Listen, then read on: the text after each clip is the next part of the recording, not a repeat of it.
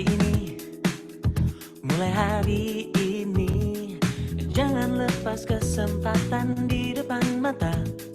Bebas mencari yang jadi inspirasi, bebas mencipta apa yang disuka. Telusuri, terus telusuri, pecahkan tanda tanya dalam sanubari. Oh, temukan kuncimu tanpa ragu lagi. Masa depanmu penuh warna-warni.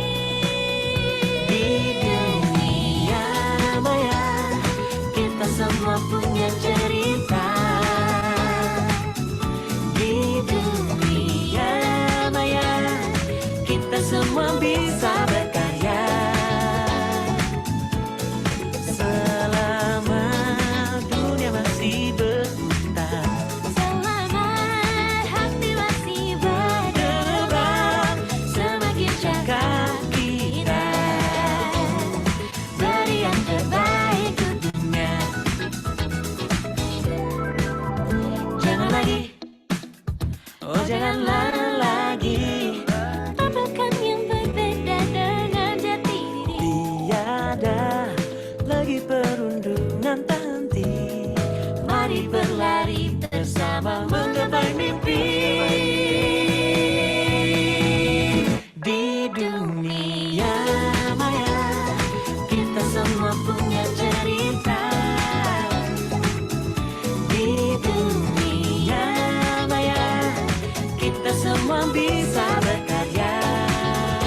Oh, selama dunia masih berputar, Selama hati masih berdebar, semakin cakap kita beri yang terbaik untuknya. meski kadang tak pasti. Ada yang baiknya dihindari, Namun ku percaya kita pasti bisa menilai lebih bijaksana. Di dunia maya, kita semua punya cerita. kita semua bisa berkarya, Punya cerita. bisa berkarya. Di dunia maya, kita semua punya cerita. Di dunia maya, kita semua bisa berkarya.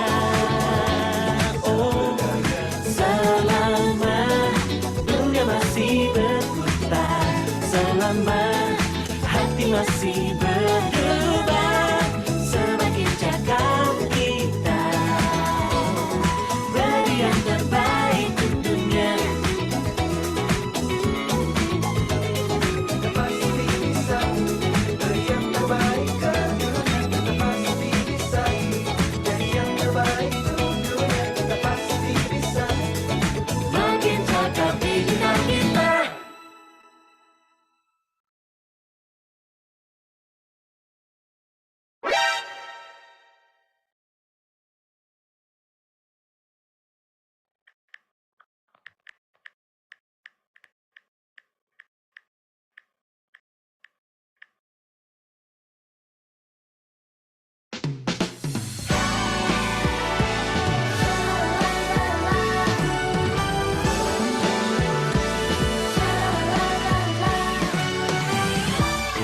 Sedikitlah dulu kawan, sebelum bibir berucap, katamu terekam jejak. Jemarimu berdansa, kawan, jangan kau salah berpijak. Pilihlah kata yang bijak. bibir dan jambari jadi harimau saat kau beraksi. Janganlah kau memangsa. Hati-hati bicara, awas ada hati yang terluka. Kami mampu bermakna bila pilih kata. Ayo kawan semua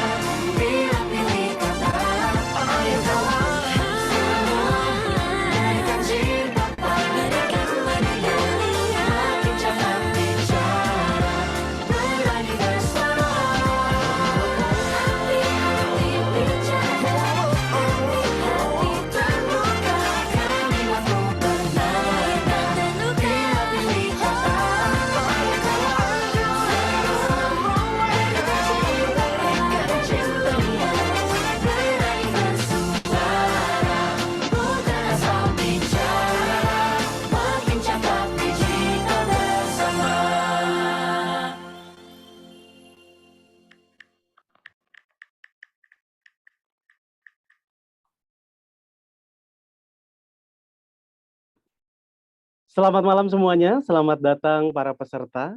Halo, selamat malam, apa kabar semua? Selamat datang di acara Gali Ilmu pada malam hari ini dengan tema kita adalah personal branding, buka peluang karir dengan makin cakap digital. Pada hari ini 11 Agustus 2022, perkenalkan nama saya Joni Yohanis yang akan memandu acara pada malam hari ini tentunya.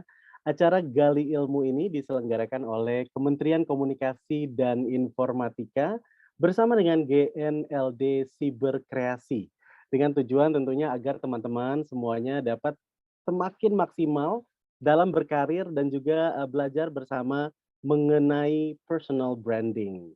Personal branding sendiri mungkin seperti yang kita tahu adalah strategi untuk membentuk citra diri sendiri sehingga orang lain dapat menilai kita dan juga menilai prestasi kita dari pencapaian yang kita miliki. Personal branding menjadi pembeda antara diri kita dengan diri orang lain. Karena dengan citra yang kuat, teman-teman semua, Anda bisa mendapat banyak koneksi serta otoritas untuk mempengaruhi orang lain. Salah satu pertimbangan perusahaan dalam menyeleksi calon kandidat atau calon karyawan adalah melalui sosial media. Untuk itu penting sekali untuk membangun personal branding di sosial media Anda karena bisa menunjang karir nantinya. Oke, untuk itu hari ini kita akan mengenal apa itu personal branding bersama dengan narasumber kita. Kita akan berkenalan dengan Kakak Vina Mulyana yang juga akan memberikan tips bagaimana membentuk personal branding di sosial media dengan tema personal branding malam hari ini, personal branding membuka peluang karir dengan makin cakap digital. Alright, baik. Tanpa panjang lebar lagi, saya juga ingin mengingatkan ada tata tertib kegiatan kita selama malam hari ini. Sebelum kita memulai, saya ingin menghimbau agar seluruh peserta nantinya apabila Anda mempunyai pertanyaan, ingin menyampaikan pertanyaan, bisa langsung diketik melalui chat box kepada admin nanti dengan format nama penanya dan isi pertanyaan. Sekali lagi formatnya adalah di kolom chat box ya. Formatnya adalah nama penanya dan isi pertanyaan. Itu dia. Dan jangan lupa untuk mengisi daftar hadir teman-teman semua.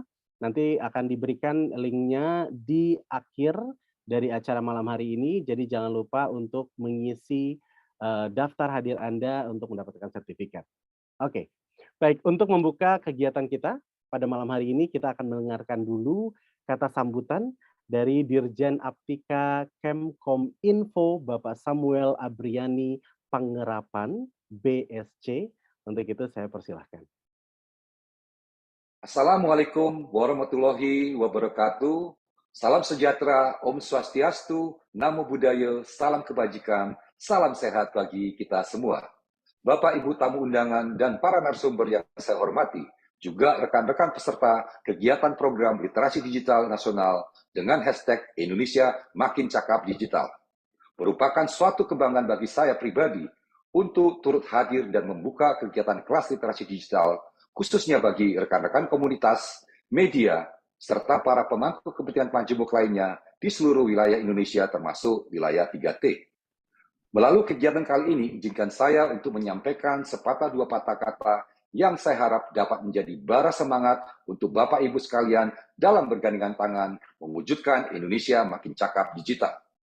Bapak Ibu hadirin yang terhormat, pesatnya perkembangan teknologi yang semakin terpacu dengan adanya pandemi COVID-19 telah mendorong kita untuk berinteraksi dan melakukan berbagai kegiatan aktivitas di ruang digital.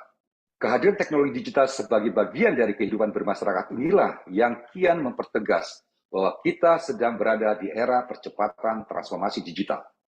Pada awal tahun 2022 ini, Hotsuite dan VR Social melaporkan bahwa jumlah pengguna internet di Indonesia telah mencapai 204,7 juta orang atau meningkat 2,1 juta dari tahun sebelumnya.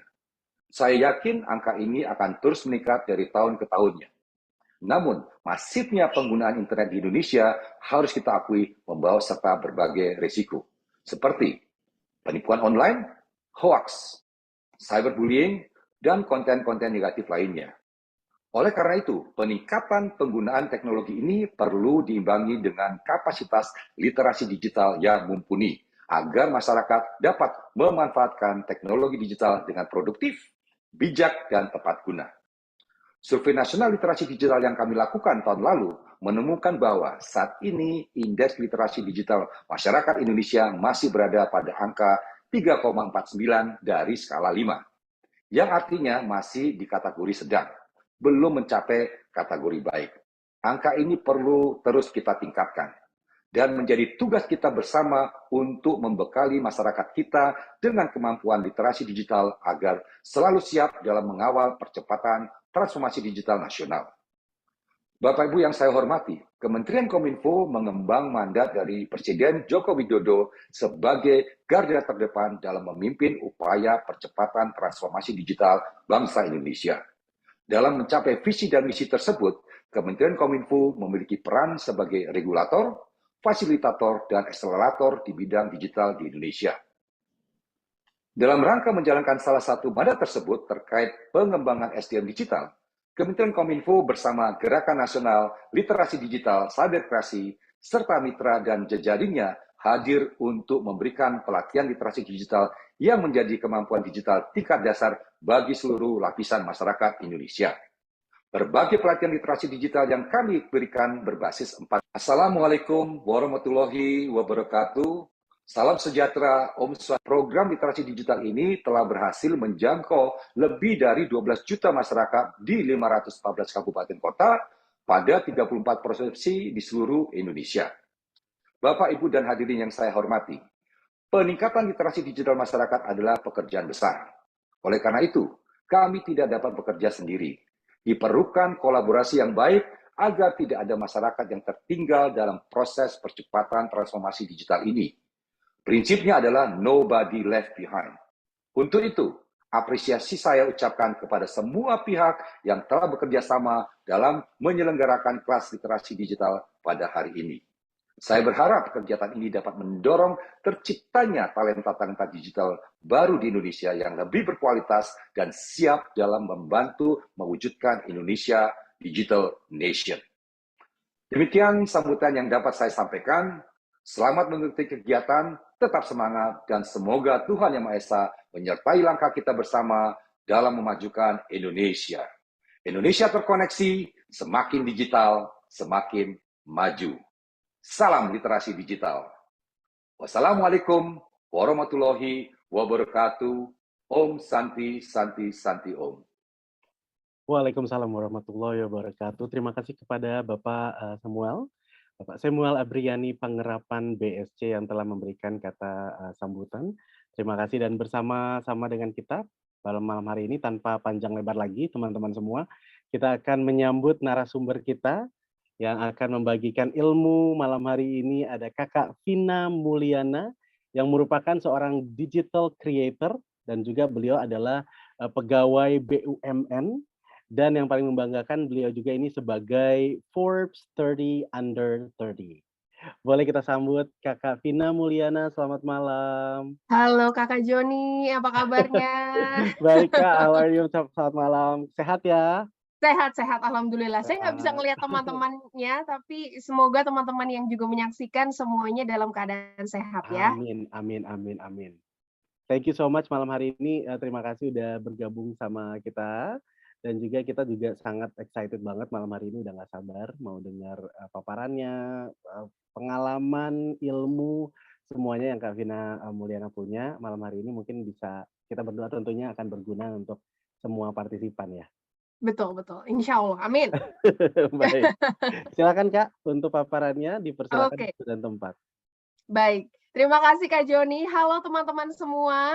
Sayang sekali saya tidak bisa langsung melihat, tapi semoga teman-teman yang menyaksikan pada malam hari ini keadaannya sehat, tidak kurang satu apapun, dan masih semangat untuk belajar ya. Hari ini adalah hari Kamis, besok sebentar lagi akan ada weekend, tapi semangat teman-teman patut diapresiasi karena masih on nih jam segini ya, untuk bisa ngobrol-ngobrol sama kita di Gali Ilmu dari Kemenkominfo. Sesuai dengan tema besar pada malam hari soal personal branding, yes, saya akan membahas soal bagaimana cara kita bisa memasarkan diri sendiri. Saya izin untuk share screen teman-teman, tapi karena di sini mungkin saya nggak bisa dengar dan lihat teman-teman seperti biasa Zoom gitu ya. Akan enak kalau misalnya teman-teman juga bisa saling berkenalan karena ada pepatah tidak kenal maka tidak sayang ya. Saya izin share screen ya teman-teman sekalian. Baik, jadi ini adalah materi saya. Bagaimana sih kemudian personal branding itu bisa digunakan, bisa diaplikasikan dalam dunia profesional. Bagaimana caranya teman-teman bisa membuat diri teman-teman sendiri menjadi lebih appealing, menjadi lebih menarik. Cerita sedikit tadi mungkin sudah disampaikan oleh Kak Joni. Saya ingin perkenalkan diri saya sekali lagi. Saya adalah Vina Mulyana, sering disebut dengan nama Kak Vina kalau di TikTok atau di media sosial ya.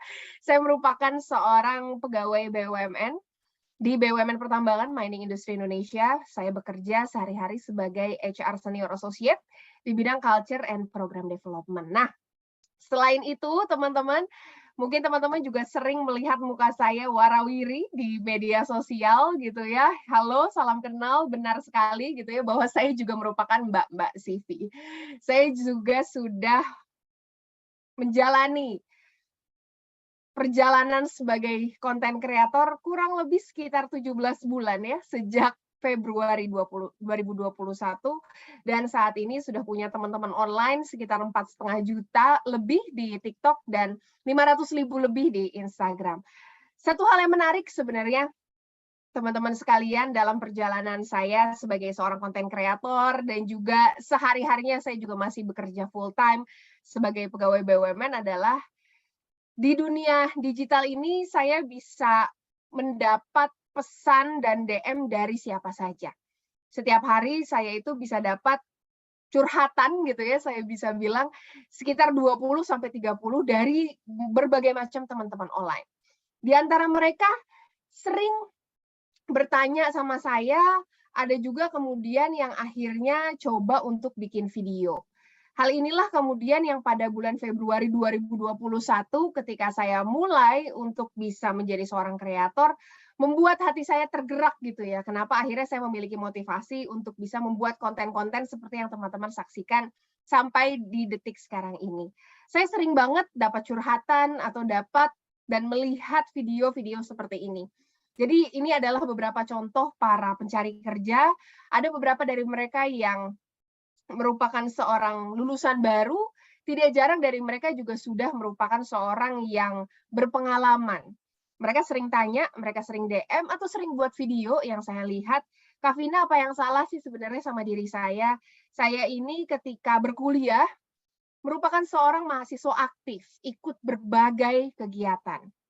Saya juga memiliki hubungan yang baik sama dosen, IPK saya juga nggak jelek-jelek banget, tapi kenapa ketika saya mencoba untuk masuk ke dunia profesional, terjun untuk mencari kerja, kok rasanya sulit banget ya untuk mendapat pekerjaan yang sesuai gitu. Nah, karena hal ini tuh banyak sekali yang saya dapatkan curhatannya, akhirnya ada di satu titik gitu teman-teman saya coba untuk menggali informasi dari teman-teman online saya ini.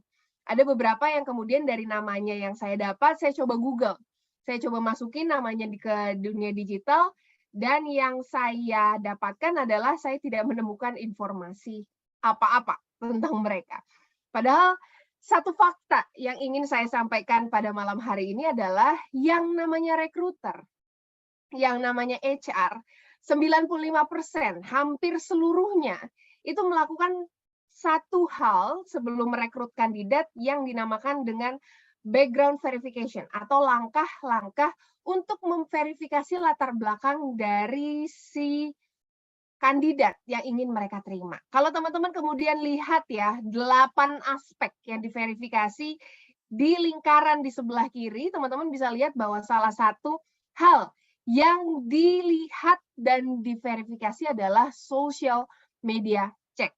Ini membuktikan gitu ya bahwa mereka kemudian yang memiliki jejak digital yang baik dan juga personal branding yang kuat tentu saja nantinya akan lebih mudah untuk bisa masuk dan menarik perhatian dari para rekruter. Ini juga salah satu faktanya bahwa 70% dari seorang rekruter itu harus diwajibkan gitu ya untuk mencari si kandidat itu dari informasi-informasi di online.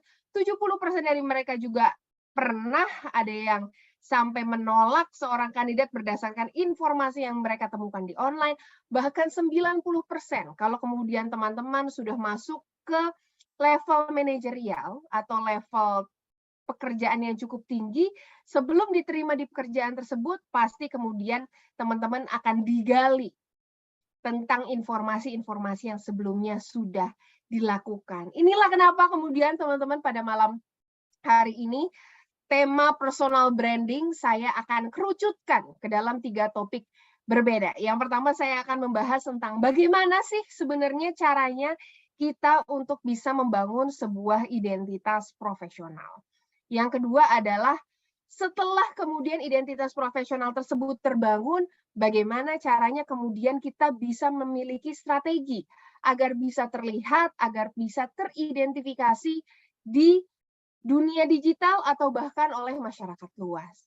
Dan kalau misalnya kita juga bicara soal personal branding, tapi malam hari ini saya akan lebih khusus ke personal branding di dunia profesional, bagaimana kemudian caranya kita bisa menjaga image, citra yang sudah kita buat dengan lebih profesional. Nah, untuk membuat dan membangun professional identity atau identitas profesional, banyak orang yang kemudian memiliki persepsi dan definisi masing-masing tentang personal branding. Tadi Kak Joni bahkan juga sudah menyebutkan bahwa personal branding itu sebenarnya adalah cara bagaimana kita memasarkan diri kita. Bagaimana caranya kita memiliki citra yang baik.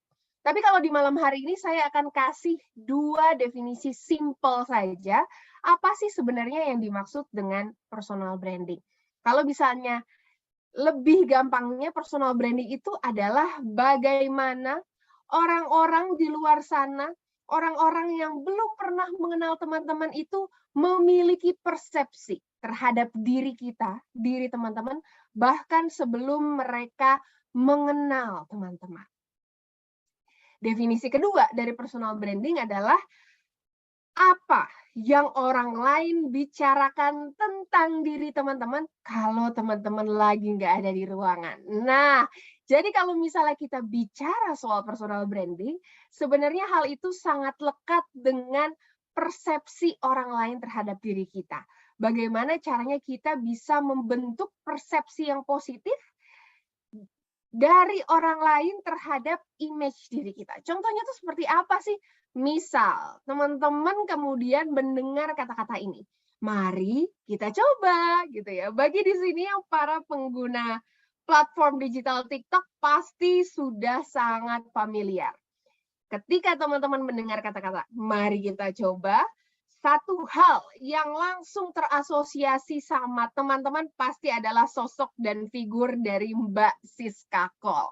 Padahal kita nggak pernah ya kayaknya yang ada di sini itu bisa kenal secara langsung sama Mbak Siska, let alone benar-benar bisa bertemu tatap muka dan ngobrol. Tapi dari 3 kata-kata tadi aja, mari kita coba, kita itu bisa langsung mempersepsikan, oh maksudnya itu lagi ngomongin Mbak Siska Kol.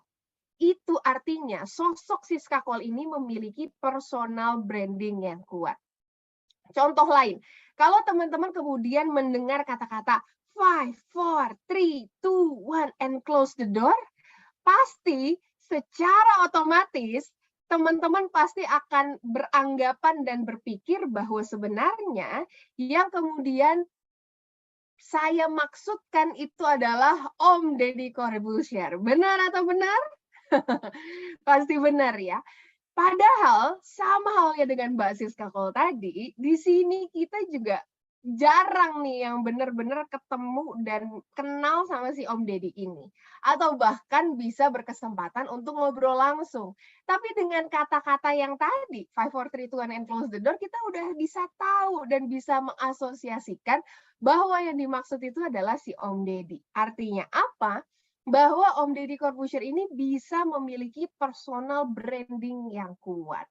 Nah, kemudian setelah tadi saya sampaikan contoh-contohnya, pertanyaan berikutnya yang pasti teman-teman miliki adalah mulai dari mana kalau kemudian kita itu ingin membangun sebuah identitas yang profesional. Nah, saya ingin membreakdown gitu ya teman-teman, bahwa yang namanya professional identity itu selalu dimulai dengan yang pertama adalah who you are atau identitas diri teman-teman sendiri. Yang kedua adalah what you do atau apa saja solusi dan nilai-nilai yang teman-teman bisa sampaikan, bisa tawarkan untuk mengatasi permasalahan yang ada di masyarakat. Dan yang ketiga, personal branding yang teman-teman miliki itu juga selalu berhubungan sama values atau norma yang teman-teman junjung secara utuh selama hidup. Dari mana kemudian kita bisa tahu personal branding yang kita buat itu sehat? Bukan hanya personal branding yang tidak sehat. Tahu nggak sih personal branding yang sehat dan tidak sehat itu apa? Personal branding yang tidak sehat itu yang sering kita kenal dengan nama pencitraan. Ya. Dia mah pencitraan aja. Nah, bedanya apa sih kemudian personal branding yang benar sama yang pencitraan? Personal branding yang benar itu memang datangnya dari dalam diri teman-teman. Jadi nggak dibuat-buat gitu ya. Yang kedua, memang teman-teman melakukan itu tujuannya salah satunya adalah untuk membangun reputasi. Yang ketiga, personal branding yang sehat juga selalu bisa memfilter aksi. Jadi apa yang teman-teman sampaikan, apa yang teman-teman tunjukkan baik di dunia digital atau ketika teman-teman berada di media, itu sesuai sama dengan aksi dan perilaku yang teman-teman berikan sehari-hari. Dan yang paling penting, personal branding yang sehat itu adalah personal branding yang tidak hanya sekedar pamer, teman-teman. Tapi gimana caranya dengan proses personal branding itu, kita juga bisa untuk memberikan nilai tambah yang baik. Nah, inilah yang disebut dengan healthy personal branding ya. Kalau namanya pencitraan, seringkali yang dilakukan oleh orang itu hanyalah memberikan nilai, memberikan persepsi gitu ya. Tapi sebenarnya yang terjadi di lapangan itu tidak sesuai sama yang dia tawarkan gitu di dunia media. Jadi kesannya ada perbedaan atau bahkan yang dipersepsikan itu justru hal yang dibesar-besarkan dan sebenarnya bohong. Tapi kalau healthy personal branding itu selalu datang dari dalam, selalu dimaksudkan untuk bisa membangun reputasi, dan bukan hanya bagus secara tampilan, memang aslinya orangnya seperti itu dan selalu memberikan manfaat. Mulai dari mana? Ini adalah pertanyaan kemudian yang saya sering dapatkan. Dari mana sih Kak Vina? Kalau kemudian saya ingin membangun personal branding yang kuat. Yang pertama, yang kemudian teman-teman bisa lakukan adalah melakukan yang saya namakan internal self-awareness. Atau mencoba untuk bisa melihat lebih dalam diri kita. Dari ilmu psikologi ada yang kemudian dikenal dengan nama identity mix. Yang di sebelah kanan ini yang saya tampilkan. Nah, teman-teman bisa coba tuh untuk bisa melihat dan refleksi ke dalam diri kita sendiri ya. Saya ini orangnya yang seperti apa sih? Apa saja personal qualities yang saya miliki? Saya ini bisa ngapain? Saya ini sudah pernah punya pengalaman apa saja kemudian yang membentuk jati diri saya? Dan apa saja hal-hal kemudian yang saya percaya akhirnya yang membentuk diri saya sampai saat ini.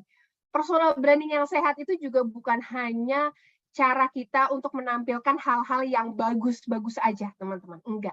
Personal branding yang sehat itu juga cara kita untuk bisa mengerti dan juga menerima diri kita seutuhnya. Jadi baik itu kelebihan maupun kelemahan diri kita juga kita terima. Dan kita bangga bahwa kita punya semua hal itu. Itulah yang disebut dengan personal branding yang baik. Yang kedua, hal yang teman-teman bisa lakukan dalam membentuk personal branding yang baik adalah melakukan external self-awareness atau melihat refleksi diri kita gitu ya, tapi dari eksternal. Gimana caranya? Ini ada 3 rumus yang kemudian saya ingin sampaikan. Yang pertama adalah dengan 3R. Yang pertama, teman-teman bisa coba untuk riset atau ngobrol sama orang-orang terdekat di teman-teman. Baik itu orang tua, sahabat baik gitu ya. Tanya sama mereka, apa saja sih beberapa hal yang Anda rekomendasi saya untuk lakukan? Dan apa saja hal yang Anda rekomendasi saya untuk bisa improve atau perbaiki. Setelah teman-teman kemudian mendapatkan informasi tersebut, lakukan kemudian yang dinamakan dengan refleksi atau reflect ke dalam diri teman-teman gitu ya. Setelah itu baru kemudian teman-teman realign gitu dari informasi tersebut, teman-teman melakukan apa yang kira-kira teman-teman bisa ubah dan melanjutkan apa yang memang dirasa sudah baik. Dan yang terakhir, bukan namanya personal branding kalau teman-teman tidak memiliki diferensiasi atau faktor pembeda. Gimana caranya kemudian teman-teman bisa memiliki faktor pembeda? Yang pertama, pilihlah niche ya, atau pilihlah topik satu hal yang kemudian teman-teman nyaman untuk diskusikan. Kalau misalnya berkaca sama diri saya, ya saya cukup nyaman mendiskusikan dan sharing tentang dunia HR, dunia profesional, dan tips karir. Nah, dari topik tersebut, kemudian teman-teman tambahin deh yang namanya personal attributes atau apa keunikan dari diri kalian yang kemudian memang itu bisa menjadikan pembeda. Contoh, kalau kita lihat di luar sana seorang food blogger, itu pasti banyak ya. Wah, banyak banget. Tapi balik lagi, kenapa sih seorang Siska Kol itu bisa jadi seorang food blogger yang berbeda? Karena yang pertama, mungkin cara dia menyampaikan gitu ya, lewat mari kita coba, suaranya juga yang unik gitu ya. Atau beberapa makanan bahan masakan yang kita anggap itu bahan masakan yang wah gitu. Akhirnya itulah kemudian yang membentuk personal branding dari Siska Kol. Oh, dia adalah seorang food blogger tapi khusus gitu ya untuk mereview makanan-makanan yang cukup mahal dan juga suaranya yang cukup unik gitu dibandingkan dengan orang-orang yang lain. Nah, itulah teman-teman kemudian 3 cara yang teman-teman bisa lakukan. Pertama itu adalah internal self-awareness, external self-awareness, dan building differentiation. Dan hal inilah kemudian yang bisa membentuk professional identity statement-nya teman-teman gitu ya. Saya adalah merupakan seorang apa, yang sangat nyaman atau memiliki kompetensi yang cukup di bidang apa, saya membantu perusahaan untuk apa, dan track record saya adalah 1, 2, dan 3. Ini merupakan professional identity statement yang teman-teman bisa buat setelah kemudian identifikasi tadi, cara yang tadi itu dilakukan. Ini juga beberapa template kemudian yang teman-teman bisa coba untuk adaptasi, mulai dari seseorang yang baru lulus atau seorang yang sudah bekerja. Nah, setelah kemudian teman-teman tadi membangun identitas profesional, personal branding yang kuat di dunia digital secara profesional, lalu apa saja nih strategi yang bisa teman-teman aplikasikan agar kemudian teman-teman bisa terlihat? Ya, nah teman-teman, kalau kita bicara tentang personal branding di dunia profesional, sebenarnya cara yang teman-teman lakukan itu untuk bisa stand out itu ada 3. Yang pertama adalah lewat CV atau resume yang teman-teman buat. Yang kedua adalah melalui digital presence atau apa yang teman-teman tampilkan di dunia digital. Dan yang terakhir adalah tentu saja melalui professional behavior atau tindak tanduk atribut yang teman-teman lakukan sehari-hari. Kita bahas satu-satu ya. Kalau teman-teman mau membuat CV yang baik nih agar personal branding-nya kelihatan, gimana caranya? Tentu saja buatlah CV yang personalized dengan pekerjaan yang ingin teman-teman lamar, gunakan bahasa yang baik, format yang profesional, dan tuliskanlah hasil dan dampak yang terukur. Karena dengan ini personal branding teman-teman akan jadi terlihat ketika membuat CV. Nah, kalau teman-teman ingin membangun personal branding di dunia digital, apa yang kemudian teman-teman bisa lakukan? Coba untuk identifikasi kelebihan diri teman-teman tuh seperti apa. Dan jangan langsung beranggapan bahwa teman-teman tuh harus ada di semua digital platform gitu ya. Kalau teman-teman rasa teman-teman adalah orang-orang yang suka untuk mengekspresikan diri lebih banyak lewat tulisan, lebih baik teman-teman fokus aja untuk bisa membangun personal branding di media sosial yang berbasis teks kayak Twitter ataupun LinkedIn. Kalau teman-teman kemudian merupakan orang yang fokus untuk bisa berekspresi dan suka untuk membuat video, baik video panjang maupun video pendek seperti saya, fokus aja untuk bisa membangun personal branding lewat platform-platform YouTube ataupun TikTok. Beda cerita kalau kamu adalah orangnya visual ya. Bisa juga lewat Instagram, Pinterest, atau ada juga orang yang audio banget gitu. Nah, teman-teman juga bisa coba untuk memanfaatkan platform-platform ini. Nah, dari berbagai platform ini, teman-teman bisa coba untuk ambil 1-2 platform aja yang teman-teman rasa memang sesuai dengan kelebihan teman-teman dan fokus di sana. Dengan begitu, personal branding yang teman-teman hasilkan nantinya pun jadi lebih terarah. Kalau kemudian teman-teman ingin buat konten di media sosial untuk meningkatkan personal branding, sebelum buat konten, tanyakan 3 hal ini. Yang pertama, apakah kemudian konten yang teman-teman buat itu penting dan relate sama kehidupan orang-orang? Yang kedua, apakah kemudian konten yang teman-teman buat itu bisa menjadi solusi atas kebutuhan dan permasalahan yang ada? Dan yang ketiga, apa mungkin konten-konten yang teman-teman buat itu bisa memotivasi atau menghibur orang banyak? Dengan memikirkan hal ini, nantinya konten yang teman-teman buat pun akan menjadi lebih baik sehingga personal branding yang dicitrakan akan lebih maksimal. Selalu ingat juga bahwa ketika teman-teman mempersonal brandingkan diri di dunia digital, teman-teman itu harus selalu hati-hati juga gitu ya, baik menggunakannya maupun berkomunikasi. Jangan sampai karena nilai setitik rusak susu sebelanga gitu ya. Itu sangat gampang terjadi di media sosial. Jadi pastikan teman-teman bisa memisahkan mana kehidupan pribadi yang cukup untuk bisa dikonsumsi secara private, mana hal-hal yang memang teman-teman rasa ini bisa di-share untuk masyarakat luas. Dan yang terakhir, cara teman-teman untuk bisa membangun personal branding secara profesional adalah dengan walk the talk gitu ya. Jadi jangan hanya bagus dari media sosialnya, tapi memang aslinya orangnya juga memiliki behavior dan perilaku yang oke. Pastikan teman-teman selalu menjunjung tinggi profesionalitas, selalu menjaga komitmen, selalu bisa mengontrol emosi gitu, dan selalu mampu bersikap secara positif. 3. Ini adalah beberapa tips yang ingin saya sampaikan gimana caranya kemudian teman-teman bisa maintain your brand professionally. Kalau teman-teman sudah punya citra yang baik, gimana ya caranya kemudian citra itu bisa tetap terjaga dengan profesional.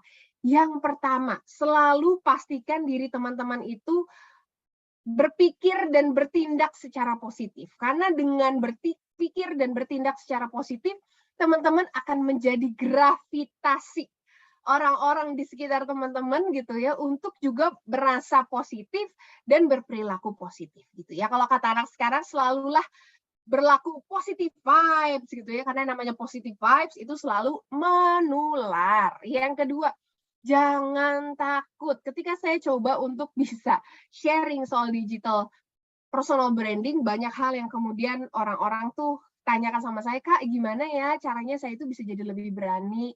Saya tuh takut mulai, takut dijudge gitu ya. Nggak apa-apa teman-teman, the first step is always the hardest. Langkah pertama adalah langkah yang paling sulit. Jadi ketika teman-teman sudah berani aja untuk memulai, biasanya nanti langkah-langkah selanjutnya akan terasa lebih ringan gitu ya. Jadi coba teman-teman bisa mulai berani dengan memanfaatkan kesempatan-kesempatan kecil.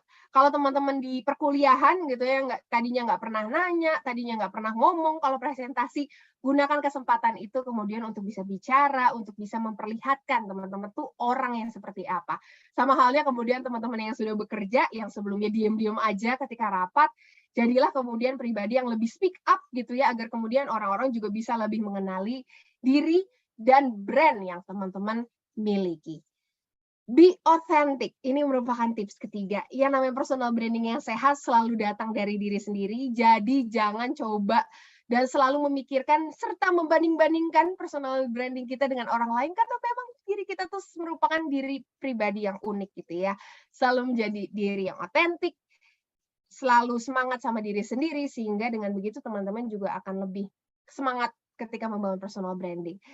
Selalu belajar dan menjunjung tinggi kredibilitas. Ini juga merupakan salah satu hal yang saya ingin sampaikan. Jadi ketika teman-teman sedang membangun personal branding, jangan lupa untuk juga belajar gitu ya, untuk juga meningkatkan kompetensi sehingga apa yang teman-teman sharing, apa yang teman-teman bagikan di media sosial atau di dunia nyata, itu merupakan fakta-fakta yang kredibel, yang memang bisa dipertanggungjawabkan, agar akhirnya personal branding yang teman-teman jalani, personal branding yang teman-teman bentuk juga kemudian bisa terjaga.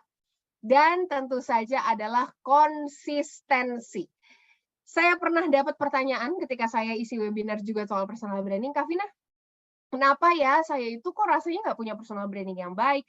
Oh gitu, emang kamu udah melakukan apa? Semuanya, saya udah buat konten, saya udah buat berperilaku positif. Oh gitu, saya tanya. Terus kemudian saya tanya lagi, emang kamu sudah melakukan ini berapa lama? 3 bulan. Iya. Teman-teman, saya ada di sini di hadapan teman-teman ini setelah tadi ya 17 bulan, itu berarti 1 tahun lebih setelah memproduksi 350 video TikTok lebih setiap harinya gitu. Makanya yang saya ingin sampaikan bahwa yang namanya personal branding itu selalu harus dimulai dari konsistensi. Karena kalau kalian tidak konsisten, maka nggak bisa gitu ya orang akhirnya untuk percaya, orang akhirnya untuk bisa tahu diri teman-teman tuh seperti apa. Jadi jangan ngerasa, oh iya saya udah share sekali, orang pasti ngerti lah saya orang kayak gimana. Enggak, teman-teman harus share itu berkali-kali, selalu mengingatkan dan menunjukkan itu terus-menerus gitu, sehingga personal branding itu pun akan kelihatan nantinya. Jangan lupa bahwa personal branding itu bukan hanya soal ngasih cap ke diri sendiri gitu ya. Itu juga merupakan cara teman-teman untuk bisa memberikan dan bisa menyampaikan manfaat serta value yang teman-teman miliki di dalam diri. Dan ini adalah quotes untuk menutup presentasi saya pada malam hari ini. Itu saja, saya kembalikan lagi ke Kakak Joni, silakan. Thank you so much. Terima kasih. Wow, luar biasa banget ya materinya. Benar-benar sesuatu yang praktikal gitu, yang bisa langsung dilakukan. Jadi bukan cuma sekedar kayak teori, lalu setelah dilihat kok kayak teorinya susah banget gitu ya, tapi sesuatu yang bisa dipraktekkan langsung gitu. Saya paling suka tadi maintain personal branding-nya, be positive all the time. Itu kedengerannya klise, tapi kok apa ya, sangat bener banget gitu ya setelah dijalanin. Itu bener sekali. Karena a like attracts a like gitu ya. Satu sama lain akan saling attract apabila kita punya value dan nilai yang sama. Gitu, luar biasa. Thank you so much. Terima kasih banyak. Thank you, thank you. Oke, kalau gitu kita akan masuk ke sesi tanya jawab bagi peserta yang ingin bertanya. Mungkin dapat menyampaikan pertanyaannya tadi sudah diinfokan melalui chat box kepada admin tadi ya dengan format nama penanya dan juga isi pertanyaannya. Sekali lagi, formatnya adalah nama penanya dan isi pertanyaannya. Oke.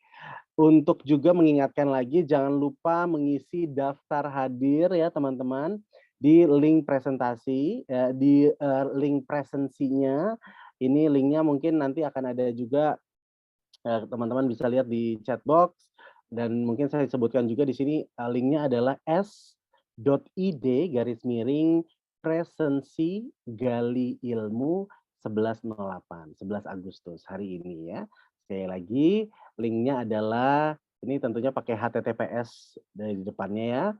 s.id/presensi gali ilmu 11/08. Huruf kecil semua ya. Jangan lupa. Oke, baik. Sudah ada beberapa pertanyaan ini kayaknya yang masuk. Nanti mungkin saya bisa bacakan sebentar. Ada pertanyaan ini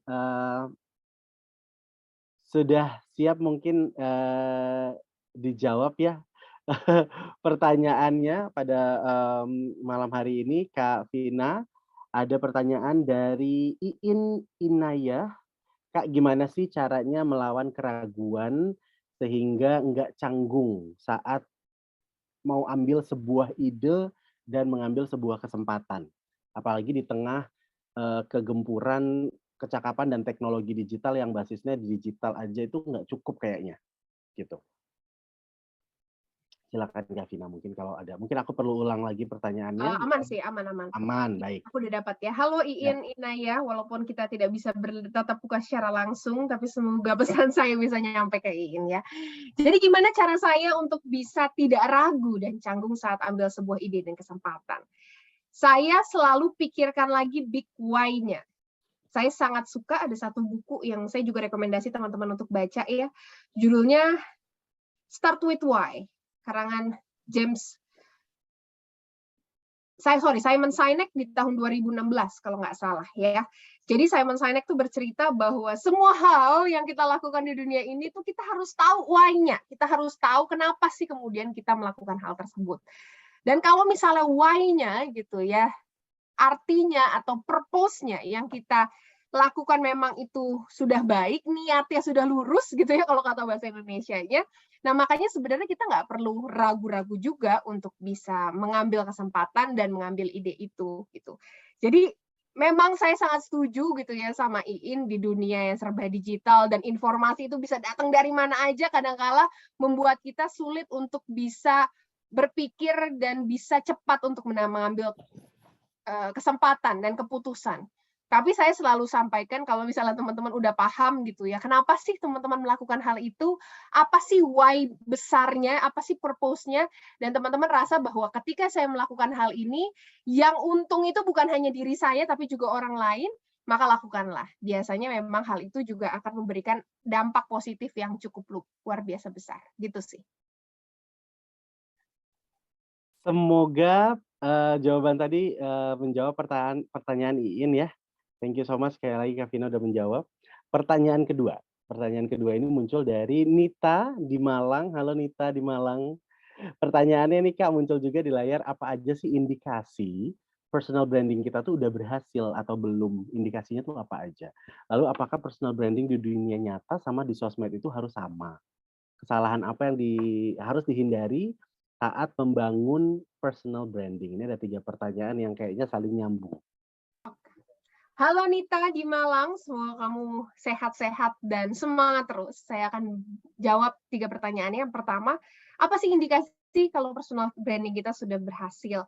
Karena personal branding itu selalu berbicara tentang persepsi orang lain terhadap diri kita, bisa dikatakan berhasil bahwa kalau orang lain yang belum pernah kita temui, itu bisa dengan mudah mengidentifikasi siapa kita.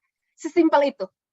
Jadi itulah tanda kalau personal branding kita sudah berhasil gitu ya. Oh, kamu adalah orang yang bla bla bla bla bla, padahal mereka belum pernah ketemu sama teman-teman, bahkan sampai ngobrol secara detail gitu ya. Tapi mereka udah tahu teman-teman itu orangnya gimana. Itu caranya teman-teman dan itu tandanya teman-teman personal branding-nya itu sudah cukup berhasil. Pertanyaan kedua, apakah personal branding di dunia nyata dan sosmed harus sama? Memang di dunia digital tidak semua hal harus kita broadcast dan kita bagikan ya teman-teman. Tapi kalau misalnya kita bicara soal personal branding itu kan soal personality kita. Saya selalu sarankan memang itu nggak akan beda jauh gitu. Mungkin ada beberapa public figure yang wah kelihatan kalau di dunia digital, di dunia media dia tuh orangnya seperti ini, tapi ternyata aslinya seperti ini gitu. Ya itu ada juga, itu pilihan dia. Tapi untuk bisa menjadi 2 orang yang berbeda, it's so tiring gitu. Itu sangat melelahkan. Makanya kenapa gitu ya tadi salah satu tips saya dalam membangun personal branding yang sehat adalah it comes from within gitu. Itu harus start dari dalam diri dan itu nggak bisa ada-adain dan bisa diubah-ubah gitu loh. Jadi itulah pentingnya kemudian teman-teman ya untuk ya mungkin di dunia digital nggak semua hal teman-teman sampaikan gitu ya, tapi setidaknya sepersekian persen yang teman-teman share itu juga merupakan bagian dari diri teman-teman yang memang teman-teman tidak utak-atik dan sosokan untuk menjadi diri orang lain. Yang ketiga adalah kesalahan apa yang dihindari saat membangun personal branding, terlalu fokus untuk quote-on-quote memamerkan apa yang ada dan diri kita miliki. Padahal kalau tadi saya sampaikan personal branding yang sehat itu bukan soal kita pamer kita bisa apa gitu ya.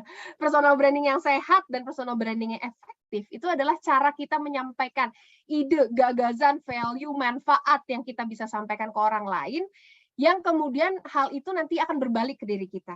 Jadi itu selalu tentang bagaimana cara kita tuh memberikan value ke orang lain. Semakin besar value yang kita sampaikan, maka semakin efektif pula personal branding yang kita lakukan. Seperti itu. Wow, luar biasa. Dijawab dengan sangat mantap. Semoga ini menjawab pertanyaan dari Nita malam hari ini. Kalau aku boleh tanya, Kak, ini biasanya tuh kan ya kalau kita misalnya dikenalin sama orang, ini teman gue kenalin Joni, lalu jawabannya, oh Joni, ya, oh ini tuh yang namanya Joni. Itu termasuk personal branding dong ya? Termasuk. Berarti kan dia udah punya persepsi terhadap diri kita Ya, bahkan sebelum dia kenal sama kita. Gitu. ya. Oke, baik. Pertanyaan ketiga dari Septiana Eka Putri. Ini pertanyaannya luar biasa juga, udah dimunculkan juga di layar.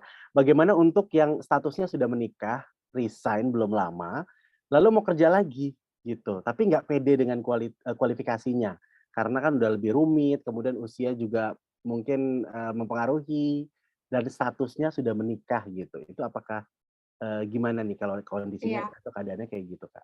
Oke, ini mungkin agak nyerempet ke career preparation gitu ya, jawabannya nggak juga soal personal branding. Jadi, selain tentu saja Septiana Eka Putri juga harus selalu tetap membangun personal branding yang baik di dunia digital maupun dunia nyata, yang kemudian bisa dilakukan utamanya bagi para pelamar yang usianya sudah lebih dewasa gitu ya, ketika dia sudah menikah atau dia sudah lebih berpengalaman, saya sangat sarankan kemudian memang kita itu tidak bisa untuk menggunakan cara-cara yang hanya dilakukan oleh pelamar pemula. Kirim CV ke satu lowongan pekerjaan gitu ya. Untuk bagi para pekerja yang sudah lebih berpengalaman, saya sarankan teman-teman itu bisa memanfaatkan koneksi dan relasi yang kemudian teman-teman bisa dan sudah bangun sebelumnya. Jadi memang akan lebih sulit, saya nggak akan bilang akan lebih mudah ya, memang akan lebih sulit untuk melamar ketika teman-teman tuh secara pengalaman itu sudah lebih profesional atau secara pengalaman itu sudah lebih banyak. Tapi bukan tidak mungkin. Nah, caranya seperti apa adalah biasanya teman-teman bisa coba untuk mulai approach relasi atau teman kerja yang dulu kenal sama kita. Karena mereka adalah orang-orang yang selain bisa memberikan referensi, mereka juga orang-orang yang bisa memberikan cap dan stempel approve gitu ya terhadap personal branding yang kita berikan, baik di dunia digital ataupun mau baik di dunia nyata gitu. Dan seperti halnya manusia di dunia ini, sudah marwahnya kita gitu akan mau bekerja dan nyaman untuk bisa berkarir sama orang yang kita sudah kenal sebelumnya. Jadi pastikan memang teman-teman itu memanfaatkan dengan baik relasi yang sebelumnya teman-teman sudah bangun, utamanya bagi mereka ya yang sudah bekerja dan sudah lebih berpengalaman. Oke, baik. Thank you so much sekali lagi, terima kasih. Semoga menjawab ya pertanyaannya untuk malam hari ini. Lanjut ada pertanyaan dari Zabrina. Apakah ini ada 2 pertanyaan dari Zabrina, apakah boleh kita meniru konten orang lain tanpa izin karena kontennya itu menarik? Nah, yang kedua adalah apakah ada tips and trick gitu ya untuk bikin konten yang biasanya muatan pendidikan tuh kan mungkin nggak banyak peminatnya, tapi supaya bisa dinikmati orang dan disukai sama orang, apakah ada tips dan triknya? Oke, iya. Jadi saya jawab pertanyaan yang pertama ya, apakah kemudian kita boleh meniru konten orang lain tanpa izin dari mereka? Jawabannya boleh, tapi nggak benar-benar plak ketiplok gitu. Yang saya ingin sampaikan adalah di dunia digital, sebenarnya nggak ada ide yang benar-benar original, saya bisa bilang gitu ya. Tapi ketika kemudian kita ingin berkarya atau memanfaatkan ide yang sebelumnya sudah dilakukan, pastikan teman-teman melakukannya dengan ATM gitu. Jadi amati, tiru, dan modifikasi gitu. Jadi jangan hanya ya udah saya tiru, saya buat sama persis. Kalau sama persis itu namanya bukan menyontek, bukan memodifikasi tapi menyontek gitu ya. Nah, itu yang bisa mencederai quote on quote personal branding yang teman-teman sudah buat. Jadi pastikan kalau teman-teman ingin meniru konten orang lain, tanpa izin nggak apa-apa, tapi pastikan kemudian konten yang teman-teman buat itu selalu dimodifikasi. Ya. Kalau sama persis mungkin masuknya plagiarisme ya? Betul, itu bisa masuk ke plagiarisme. Di dunia digital memang nggak ada hukum yang benar-benar, oh lo plagiasi nih konten yang itu, nggak ada. Tapi biasanya memang bentuknya sanksi sosial gitu ya, ketika kemudian ada audiens yang lihat konten kita dan konten kita sama persis misalnya sama konten yang sebelumnya, bahkan konten yang sebelumnya itu udah cukup populer gitu ya, lebih banyak dikenal, ya paling yang kita dapat adalah sanksi sosial gitu ya, komen-komen yang cukup tidak mengenakan. Jadi untuk mengurangi kesempatan-kesempatan itu gitu ya, jadi teman-teman bisa coba tadi gitu ya, untuk bisa coba memodifikasi kalau misalnya ada ide yang kira-kira menarik. Nah, gimana kemudian caranya, Kak Vina, ketika kita itu ingin buat konten pendidikan yang biasanya orang itu ngerasa kalau nonton video pendidikan tuh kayak lem gitu, kayak ngantuk deh, Bo, gitu. Nah, caranya adalah coba buat dan bungkus konten pendidikan itu sebagai konten yang relatable. Jadi konten yang dekat di hati dan keseharian audiens. Dan jadikan juga kemudian konten yang dibuat itu sebagai solusi praktikal gitu ya, atas permasalahan dan isu yang mereka juga hadapi secara sering gitu.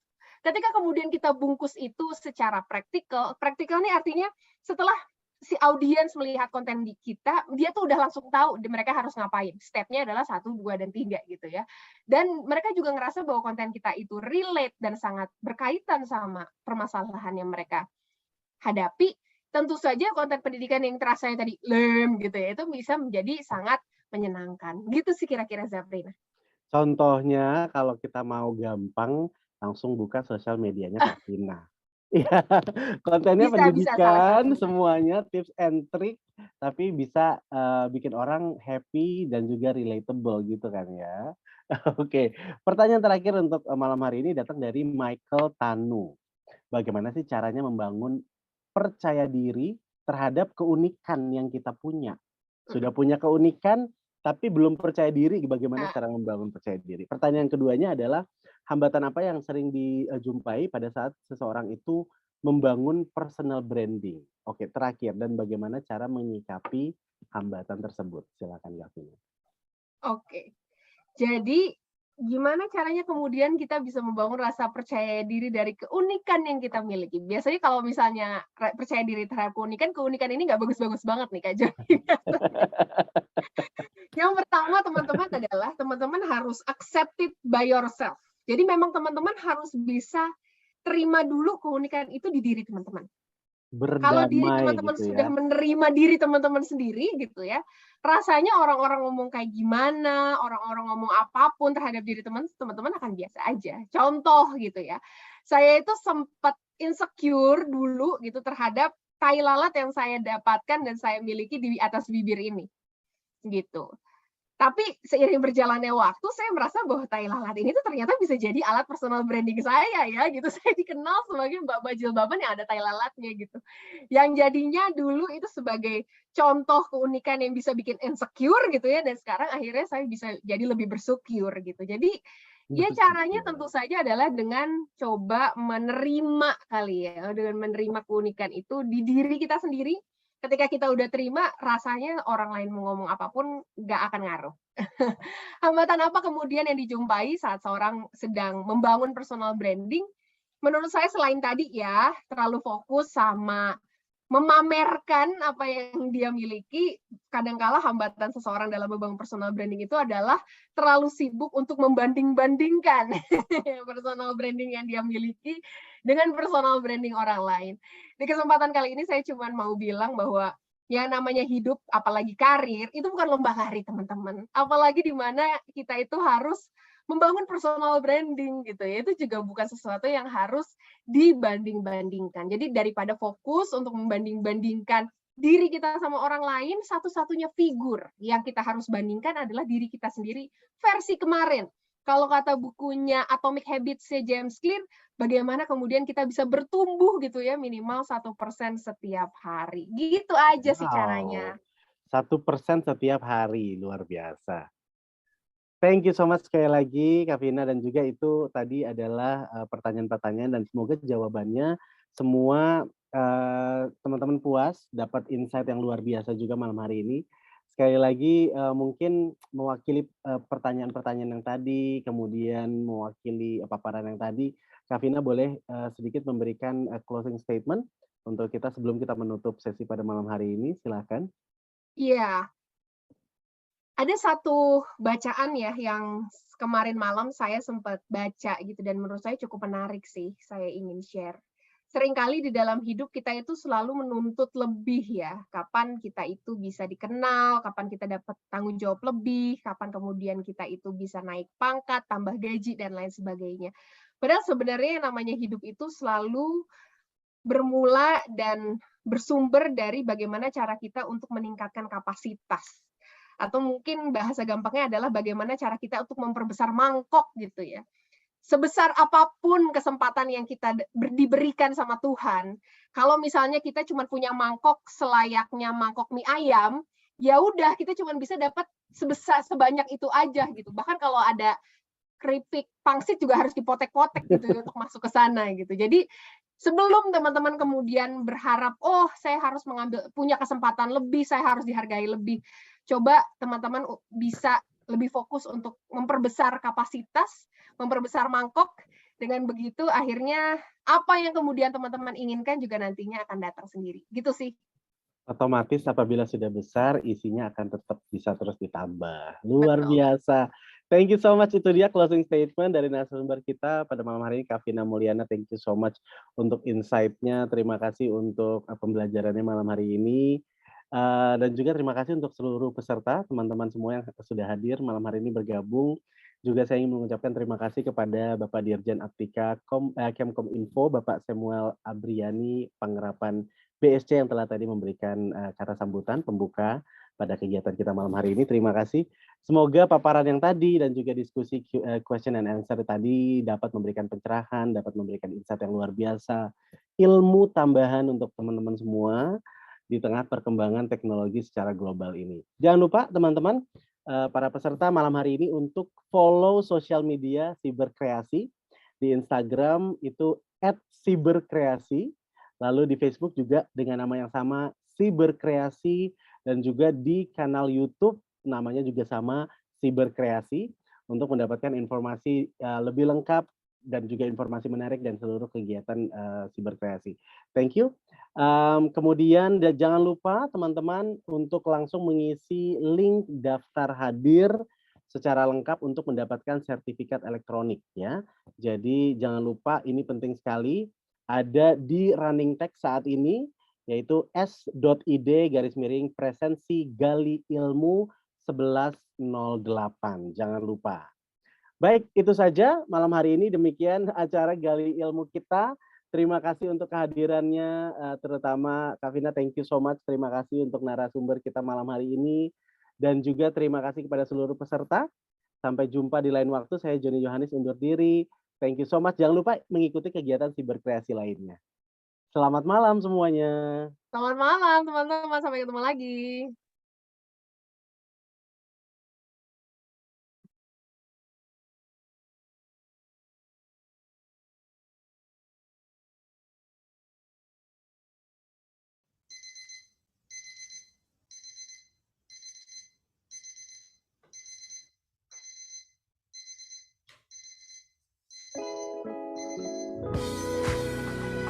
Hey.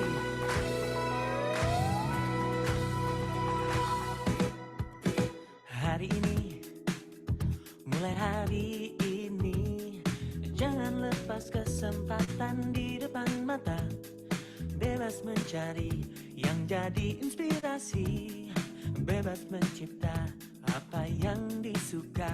Telusuri, terus telusuri, pecahkan tanda tanya dalam sanubari. Oh, temukan kuncimu tanpa ragu lagi. Terima kasih Mas Joni, Mbak Vina. Oh, udah. Thank you so much. Terima kasih. Iya, Mas. Mas. Kita semua punya cerita di dunia maya. Kita semua bisa berkarya selama dunia masih berputar. Selamat hati masih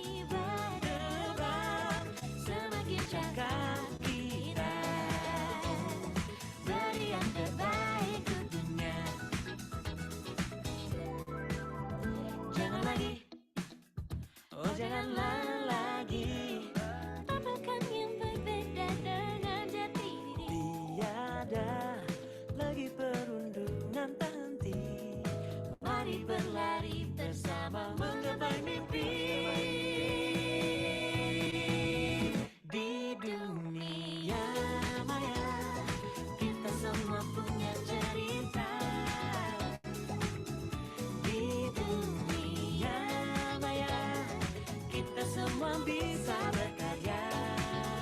Oh, selama dunia masih berputar, Selama hati masih berdebar, semakin cakap kita beri yang terbaik tentunya. Oh, oh, oh, oh. Meski kadang tak pasti, oh ada yang baiknya dihindari. namun ku percaya kita pasti bisa menilai lebih bijak di sana. Di dunia maya Kita semua punya cerita. kita semua bisa berkarya, Punya cerita. bisa berkarya. Di dunia maya. Di dunia maya kita semua punya cerita. Di dunia maya kita semua bisa berkarya. Oh, selama dunia masih berputar, selama hati masih berdebar, semakin cakap kita beri yang terbaik tentunya. Kita pasti bisa beri yang terbaik ke dunia. Kita pasti bisa jadi yang terbaik untuk dunia. Kita pasti bisa. Makin cakap bintang kita.